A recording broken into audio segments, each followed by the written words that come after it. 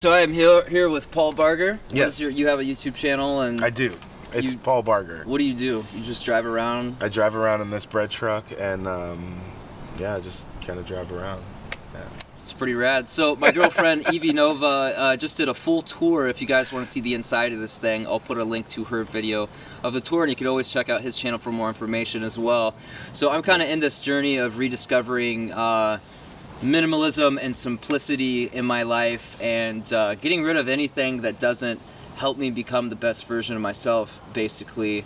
And that includes stuff, that includes ideas, that includes obligations, just kind of throwing away everything that doesn't make me feel fulfilled. That in the end, some things you have to work hard at something you don't like to get something you do like. But that's kind of where I'm at, and this whole van dwelling culture, the minimalism is a huge part of that. Living simply and kind of doing the simplest life you can to hopefully end up happy and fulfilled. So how is that? Is that part of your journey as well? Absolutely, and that's the reason I'm out here. Is I'm new at minimalism, and I've been in the habit of collecting things my whole life. Little possessions and stuff like that. But none of those possessions ever bring me happiness. I just noticed that over the years. Mm-hmm. So I'm 42 years old, and this is the first time I've ever done anything like this. But I am on a mission to, like you said, become the best me, the best Paul Barger that I could possibly become. And I really want to change. To change, you gotta change what you do. So I'm changing everything up, going in a new direction. So you took like a giant leap of faith from kind of a traditional consumer lifestyle of having a house or an apartment and chasing new and better things all the time. Is that accurate? Yeah, totally. I had a corporate job where I got paid very well, worked 70 hours, 80 hours a week, and what they do in that situation is your outlet for any kind of recreation when you spend so much time at a job is just to consume things, to buy whatever things to distract yourself from being miserable at that job, you get addicted to buying crap you don't need.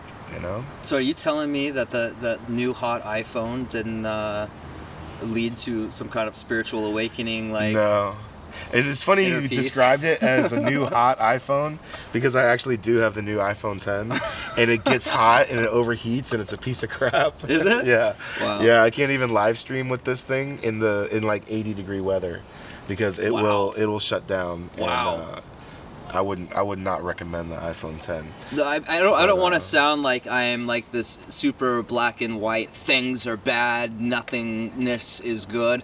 Like things are tools, man. Obviously, this phone allows you to do things that you couldn't otherwise. Mm-hmm. Obviously, this truck allows you to do things you couldn't otherwise. Like things are good when they're used as tools, but when they become an obsession, or when they are allowed to take away your happiness, I think that's where we get into trouble. Things require maintenance and upkeep, and now things are designed to fail in a couple years, so you have to buy another one, and they create a lot of stress. How have things created stress in your life? Well, it seems like the more things that I have, the more my brain is weighed down. Starting on this journey, I got rid of a lot of my possessions. I got nearly everything I own inside of this truck, and I still want to get rid of half of the things I have in there. So I really think that having things is like it's a weight on your mind, and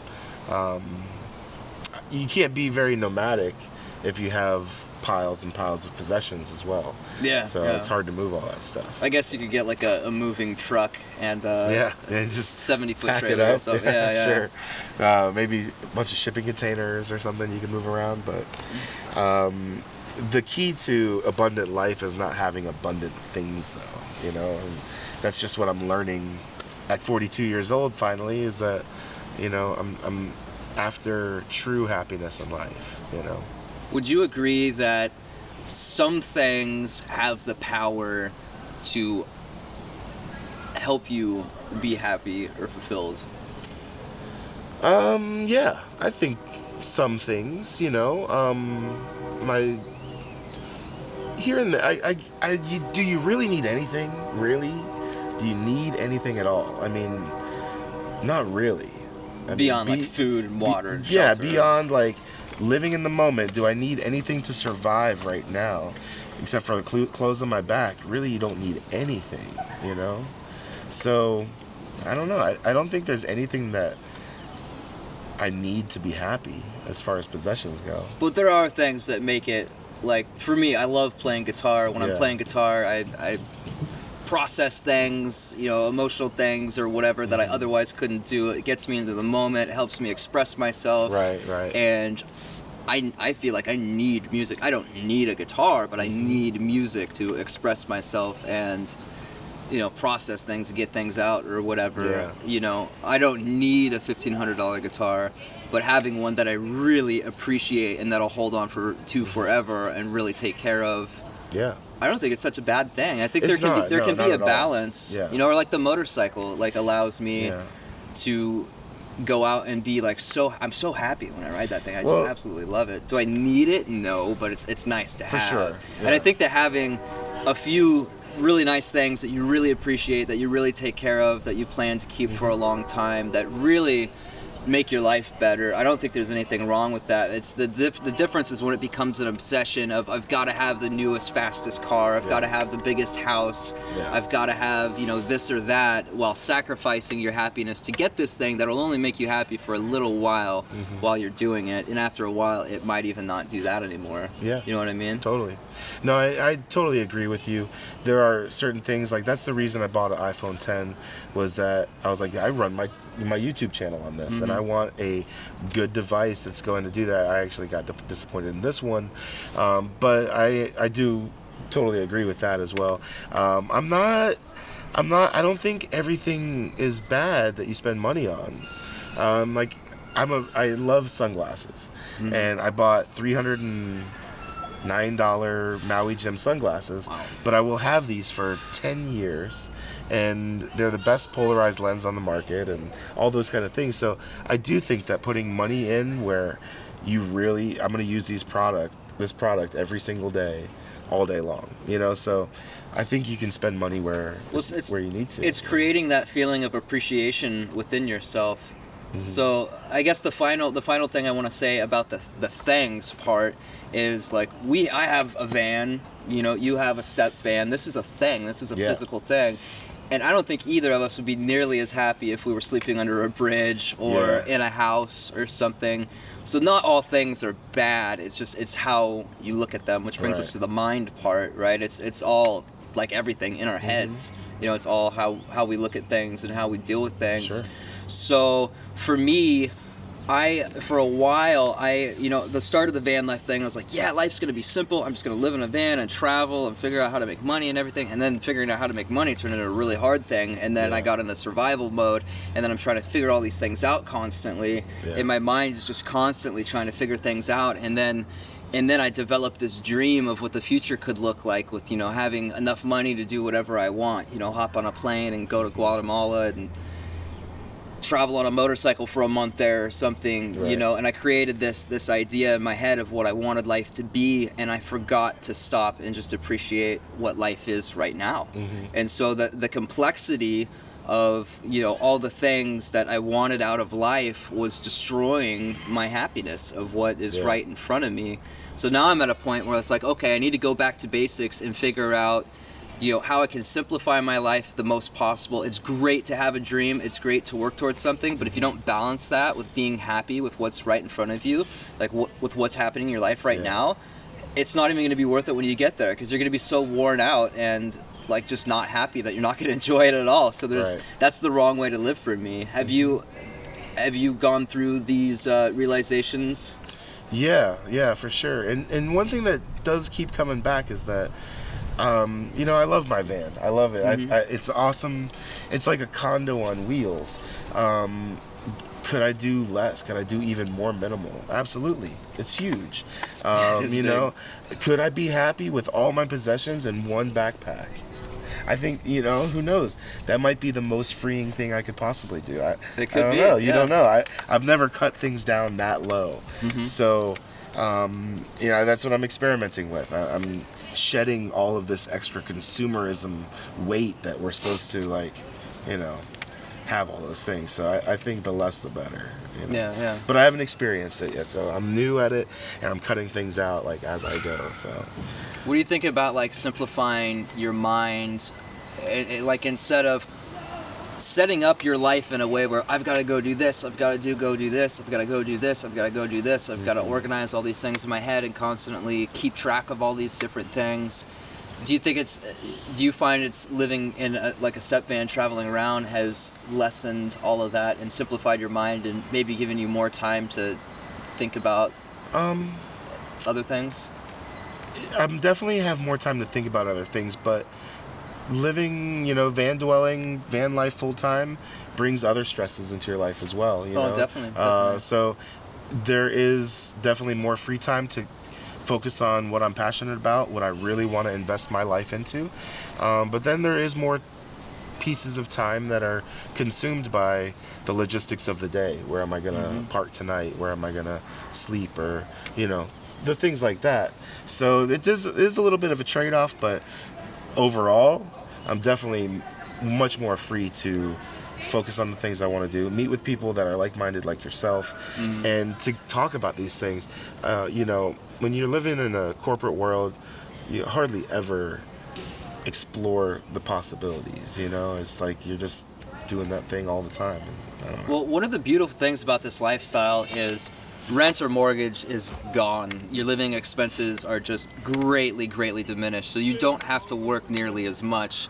Kind of depend if you're trying to build something, a new business of your own or something. You're gonna have to work your ass off constantly. Right. But if you're living in a van or something and staying stationary or working seasonal jobs somewhere, you don't have to work nearly as much. So you can put more time into the things you're passionate about and the things that you're good at, which, if you're naturally good at something, and everybody's naturally good at something, whether they know it or not yet, if you work on those natural abilities and feed those things, then you have something to give the world besides just working at Starbucks or Home Depot or, there's some jobs like being a doctor or an engineer or something that really benefit humanity, but most people aren't working jobs that really benefit humanity. They're working jobs that really benefit the economy or, system. The person who owns that company. Right. And to accumulate more capital for that person. The owners of that company. Or so in that way, it kind of simplifies things and opens up the potential for you to find your potential and focus on it and unleash it. And put it out into the world and maybe change the world. Who knows? Exactly. I don't even know what I'm capable of really at this point. But I've never done these things before in my life. But I've always wanted to, and I'm passionate about it. So I'm starting now. It's never too late to start.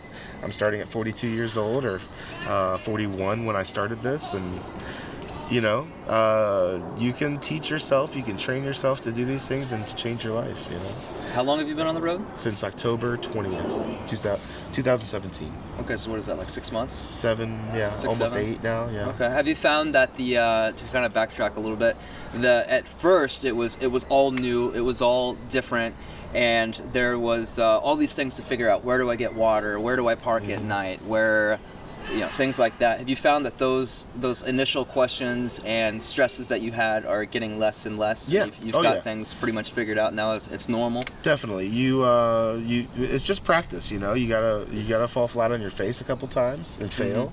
I've only had a couple knocks on my doors in the middle of the night, but you learn how to pick really good spots, and I'm getting really good at it. So it is. You definitely fall into a groove, and my truck's not fully built out yet. So once I get running water, plumbing, I think I'll be good to go. I'm no worries really. So that's cool. I think I'm a handy guy as well. So I think I maybe have a little bit easier time doing this than some guys might too. So I'm just handy with things I can make and stuff. Not that I know what I'm doing, but you're figuring it out. Figuring it out. Everybody's got to start somewhere. You just go with it, and I don't ever get upset. I get upset, but you don't ever let it get you down. You just figure out the solution. You know, you saw my video where I was stranded. The clutch slave cylinder went out on this truck. I had to order it. It took a little while, but you just put on a smile. You make the best of it. I enjoyed Vegas where I was at. Even though I couldn't move my truck, it was totally cool, and I had a great time.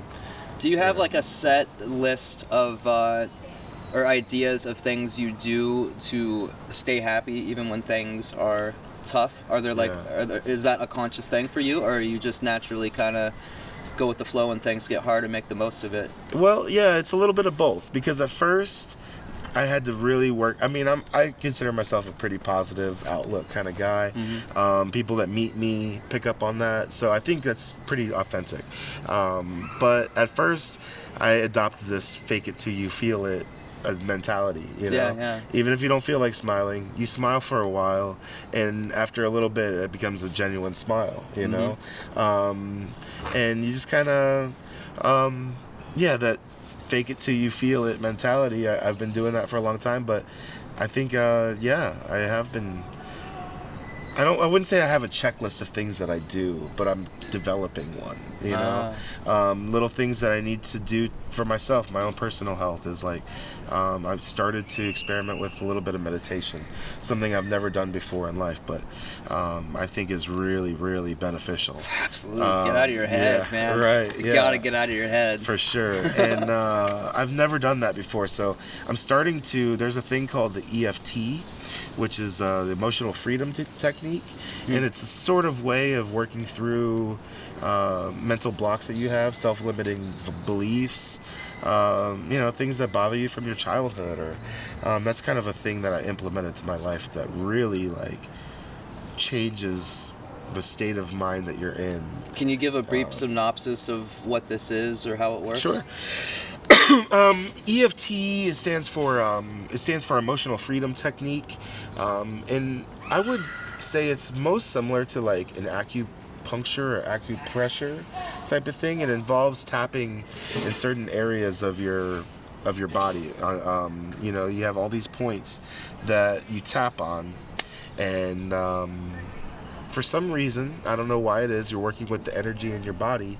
It's like a psychiatry session that you can do on your own. If there's something that's bothering you, if you're feeling nervous, things like that, you can lower the intensity of those just by feeling it. Yeah, oh, absolutely. I think most of us tend to, when we have uncomfortable emotions, we try to run from them and try to distract ourselves and do something else.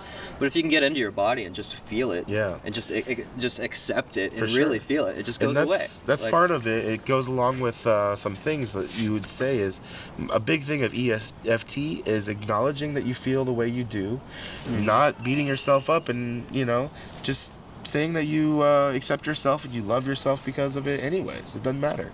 Absolutely. Those feelings are real, they're legit, and it's okay to feel those ways. Then you recognize it, and you become more comfortable in it, so. When you were doing the corporate lifestyle and, working 70 hours a week or whatever, did you have time to think about these kind of things and do these things? Not at all. All there was time for was eat, sleep, and work, and that was it. Try to recuperate a little bit. There was no time for relationships. There was no time for anything really. My days off, I would just sit there and just like veg out. Just to try to like, I don't know. It was a very unhealthy cycle. I didn't enjoy it all. And you feel like this is much better for you? Oh yeah, definitely. Like I said, there are other stresses, but with this, I'm the boss. I make my hours, and I'm doing YouTube like it's a job right now. I attempt to put in about 40 hours a week on that. Editing video, shooting video, and all that. And I'm starting to explore ways of, becoming. Earning another income stream aside from that savings I had from the corporate world, that won't last forever. Yeah, obviously. Building that back up for sure. Cool. Is there anything else you think we could talk about with minimalism and how it pertains to living in a van or just to you and your life? Yeah, I would say that everybody's probably biggest obstacle is fear. You know, it was a very scary thing to pack everything up in this van and head out on the road with no facilities, no, you know, like I had nothing in it. It was a very, very scary thing to do, but it's okay to be scared. It's not that I wasn't fearless. It was that I moved forward in spite of that. And It's just a feeling. yeah. You don't have to believe it. And I think conquering that feeling is super powerful. Yeah. So moving past that fear, you know, the word no is another thing that a lot of people hear and it just shuts them down, and it doesn't take much. They hear the word no and they're like, well, I'm not even going to ask from now on. But that's not something that's ever held me back. I'm a pretty outgoing, confident guy, so now I've grown that thick skin. When someone tells me the word no, that's okay. That just means I'm another step closer to the success that I'm looking for. Exactly. It's all in your head. It's all in your head. Totally. Thanks for meeting with me, man. Excellent, man. Appreciate it, man. Check out his channel, Real Authentic Dude, as I'm sure you've already figured out for yourself. Thanks for watching. See you next time. Love yourself. Clear my throat a little bit. You're good. That's really nice.